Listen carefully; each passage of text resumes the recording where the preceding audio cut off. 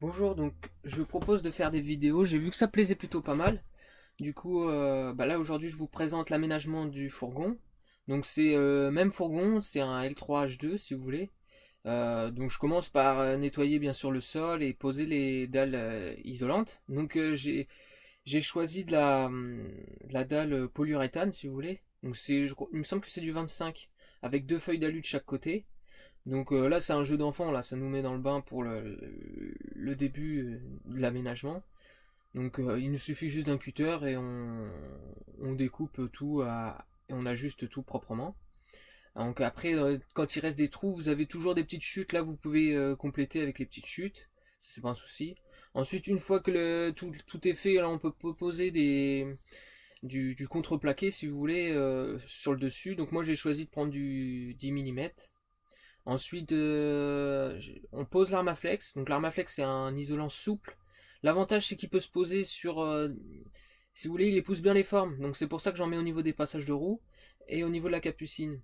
Donc là ensuite j'ai posé, vous voyez mes tasseaux préalables.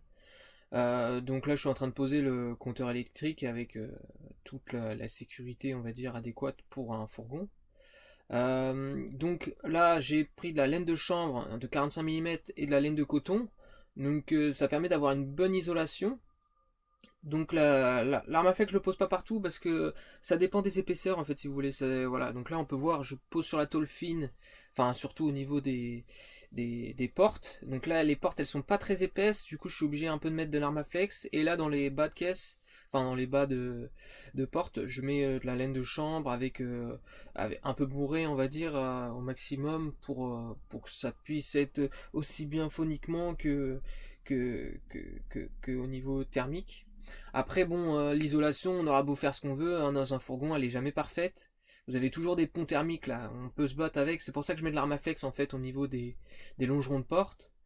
Parce que c'est très difficile en fait à avoir une isolation parfaite, hein. C'est comme ça de toute façon. Donc là, c'est le même système, pose de tasseau, pose d'armaflex, laine de chambre. Et on essaie d'en mettre au maximum où on peut, sans trop. Enfin, on essaie d'en mettre au maximum quoi. Ensuite, là, c'est mon poste de travail. Donc, moi, je travaille avec une scie à coupe et une scie sur table. Donc, pour faire mes tasseaux et puis mettre en longueur. Donc, le tout, c'est de vraiment bien prendre ses coupes à l'avance, tout tailler et après venir poser une fois sur place. Donc là, comme on peut voir, c'est assez, ça peut paraître comme très facile, mais il faut vraiment faire attention aux découpes et tout mettre au préalable. Les coupes, bien faire attention, pas dépasser, parce que bon, parfois c'est vite fait handicapant.